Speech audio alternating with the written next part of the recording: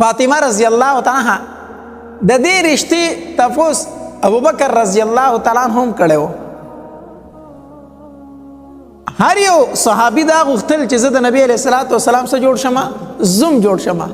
نو ابوبکر رضی الله تعالی عنہ نبی علیه الصلاۃ والسلام ته پیغام ولېږو، وی فاطمه ما تراکا. نبی علیہ الصلوۃ والسلام ورته جواب ورکو، وی د دې معامله ما په الله تبارک وتعالى پرېښې ده.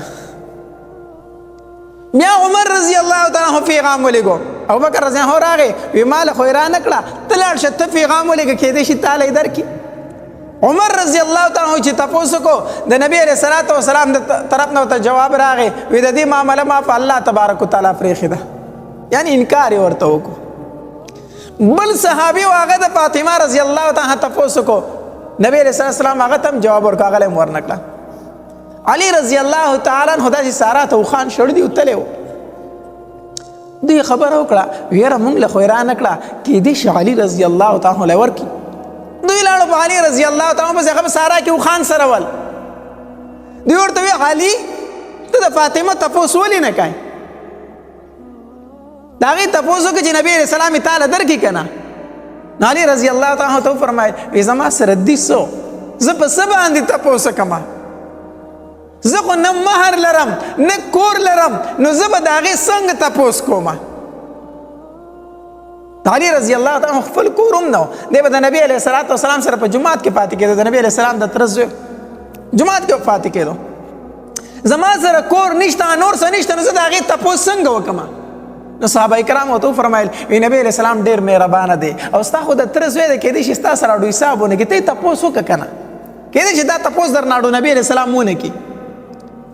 هغه وی ټیک ته نو راغې، چې کله راغې نبی علیه السلام اوس د صحابه کرامو ولېږو، دوی ورته وي ته ورشه شابه ورشه. نو چې دی لاړ د نبی علیه السلام خواته کېناستو، نو شرمېده، د شرم نه یې غږ ونه کړو، هېڅ هم ونه وي. نبی علیه السلام ورته وی علي هسې راغلی وي او رسول الله ستاسو خواله راغلی ومنه ښه، هېڅ یې ونه وي، د شرم یې غږ ونه کړو، راپاسېد واپس راغی.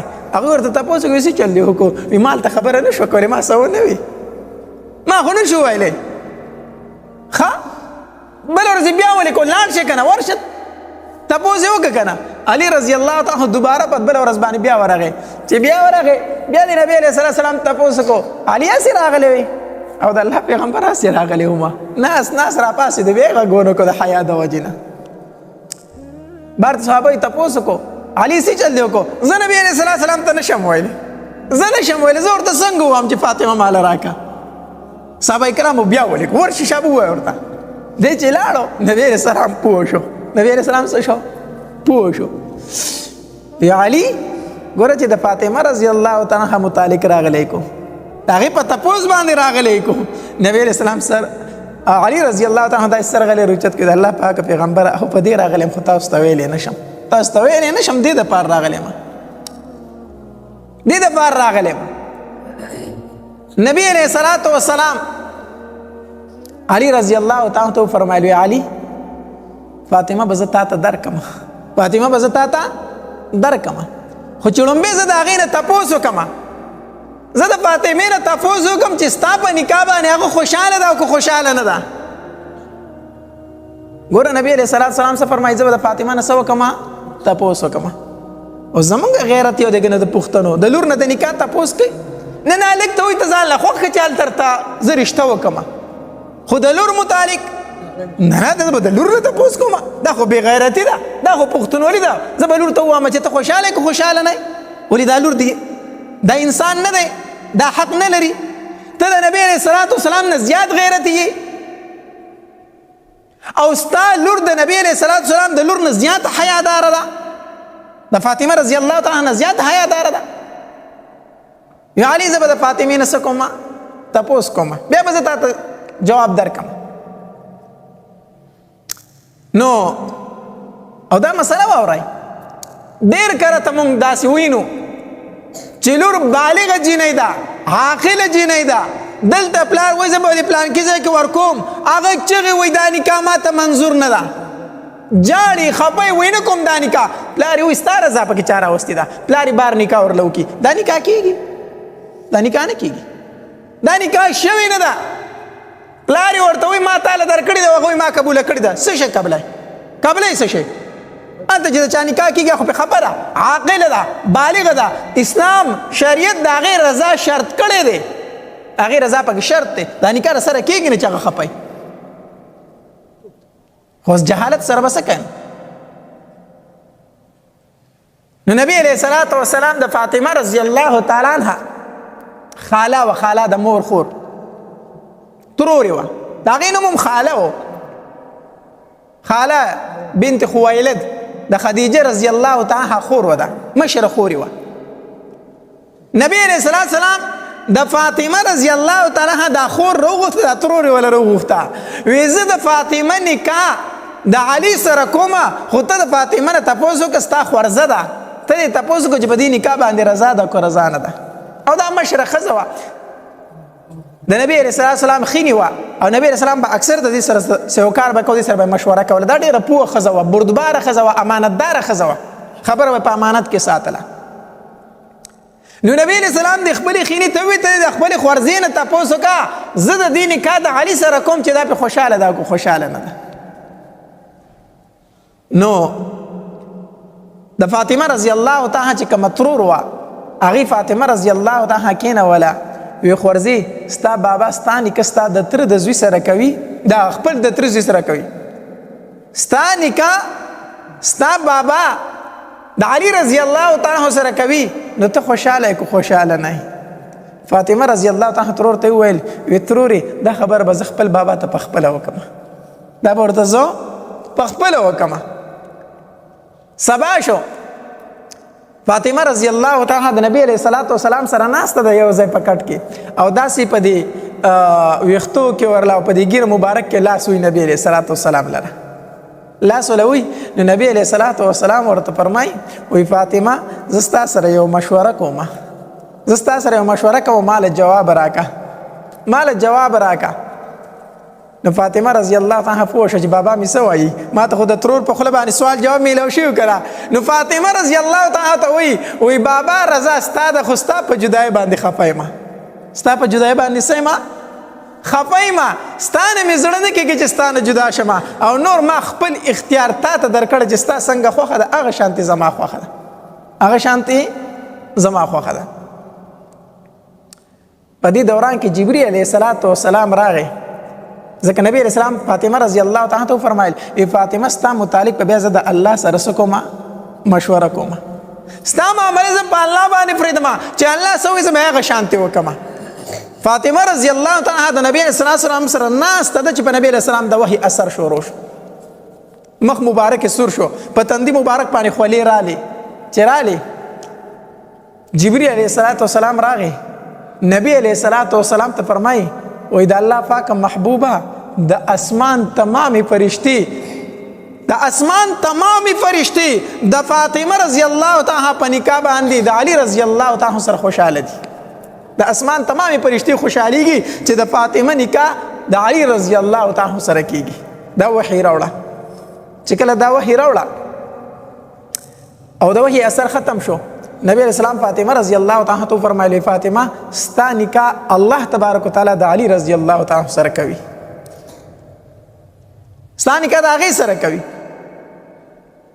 او نبی علیہ الصلاة والسلام مسجد نبوي ته راووتو، بار ته راووتو او منبر ته وختو او په منبر باندې بیان وکړو او ښکاره وي ما خپله لور فاطمه علي رضی الله تعالی ته په نکاح باندې ورکړه، ما علي ته په نکاح باندې ورکړه. او علي رضی الله تعالی ته وفرمایل وی علي فاسه د مهر بندوبست وکړه، د مهر څه وکړه بندوبست وکړه. علي رضی الله تعالی ته فرمایي وی د الله پاک محبوبه څومره مهر وګورم، څومره مهر. نبی علیه الصلاة والسلام ورته وفرمایل وی 400 درهمه، 400 درهمه. دا وګوره، دا وګوره علي رضی الله او دا ځکه چې ستا د مور د حضرت خدیجه الکبرى رضی الله تعالی عنها د هغې مهر هم 400 درهمه و، د هغې د لور مهر به هم څوری 400 درهمه. لاړ شه 400 درهمه مهر وګوره. علي رضی الله تعالی عنه فرمایل د الله محبوبه ما ته منظور ده، ما ته فاطمه نکاح څه ده منظور ده. اوس بیا نبی علیہ السلام بعض روایتو کې راځي علي رضی الله تعالی عنہ فرمایل وی د الله محبوب ما سره خو څه شته دی نه، نو ما سره خو څه شته دی نه، زه اوس مهر چېرته پیدا کړم؟ نبی علیه الصلاۃ والسلام ورته فرمایل وی په غزوه بدر کې چې درته کومه زغره میلاو شوې هغه څه شوه؟ وی د الله محبوبه که یوه زغره ده یو را سره اس دی، خپل کور یې نه خو اس او زغره جهاد له ساتل، یا که یو اس دی را سره یو را سره هغه زغره ده چې کوم په جنګ بدر کې ماته میلاو شوې وه. نو نبی علیه الصلاۃ والسلام ورته فرمایل وی لاړ شه هغه زغره خرڅه کړه، اس مه خرڅوه په دې به جهاد کوي، زغره خرڅه کړه الله مالک ته بله به درکړي. علي رضی الله تعالی عنہ دا زغره واغسته او لاړ عثمان رضی الله تعالی عنہ لره. عثمان رضی الله تعالی عنہ ته وویل وی دا زغره خرڅوم. وی ولې خرڅوئ؟ وی ځکه خرڅوم چې د رسول پاک صلی الله علیه وسلم لور مبارکې له پې مهر وکړمه، ما سره خو مهر نشته دی، دا زغر رانواله.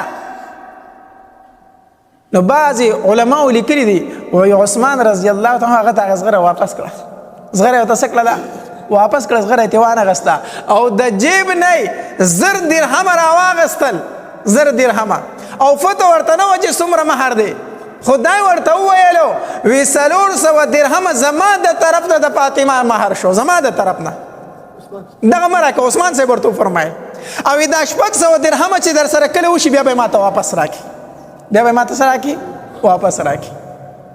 علي رضی الله تعالی عنہ راغی، مهر بندوبست یې وکړو او بیا څه موده تېرېده غزوه تبوک وشو.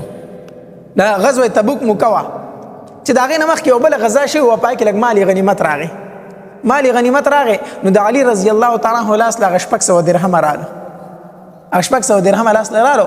نو چې لاس له رالو نو لاړو مازدیګر ټایم و، عثمان رضی الله تعالی عنہ ته هغه 600 درهمه ورکړو، وی ستا په ما باندې هغه 600 روپۍ پاتې شوې دا واله هم 400 درهمه خو ته هغه د خپل طرف ورکړو، خو دا 600 دې پاتې وي دا واله. عثمان رضی الله تعالی عنہ ته هغه واغستل. وسار شو کنه چې سبا سار شو، نبی علیہ السلام اعلان وکړ د غزوه تبوک دپاره تیاری کوئ، د غزوه تبوک دپاره څه کوئ؟ تیاری کوئ، ځانونه تیاروئ، جهاد له ځو. اوس علي رضی الله تعالی عنہ سره خو 600 درهم هغه هم چاله ورکړو، عثمان رضی الله تعالی عنہ ورکړو. په کوڅو کې اوتر اوتر منډې وي، خدای پاک ځان له څه بندوبست وکړم چې جهاد له لاړ شم. عثمان رضی الله تعالی عنہ مخې له ورغی، علي ولې وارخطایي، ولې وارخطایي؟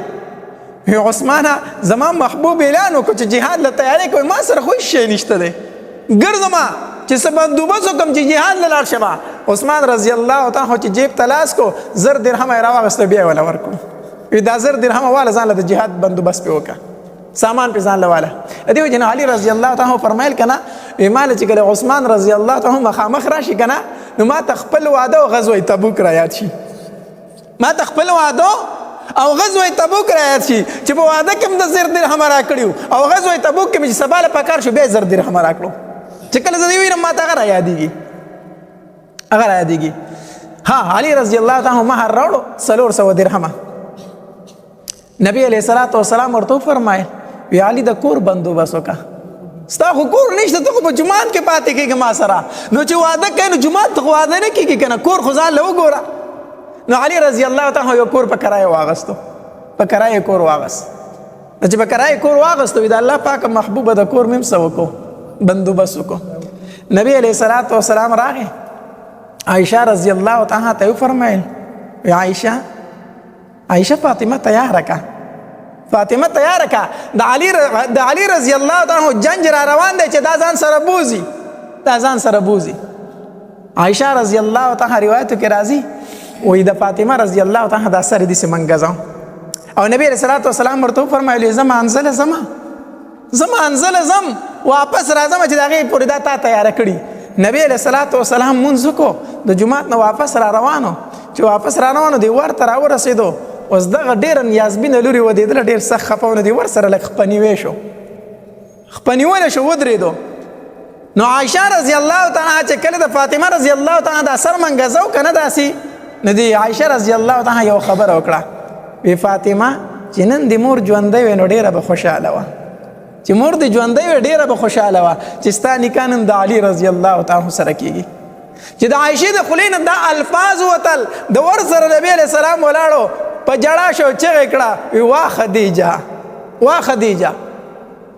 خدیجه رضی الله تعالی عنها شو دا غي لور ودی کې نبی اسلام سره باندې اسې غم او چې دن عائشه دا غي نوم واغستنه نبی اسلام بار چا کړی وا خدیجه عائشه رضی الله تعالی چې د نبی اسلام اواز تر وګو شو رامن ډکړي بار ته وروته وی دا الله محبوب زما مور او پلار دې پتا باندې قربان شي ما ته خفه کړلې ما ته خدیجه را یاد کړه د الله محبوبه زب استاد خدیجه نه زیات عزت وکما زب تا ته دا غین زیات مینه درکما نبی علیہ الصلوۃ والسلام ورته فرمایي او یا عائشه خدیجه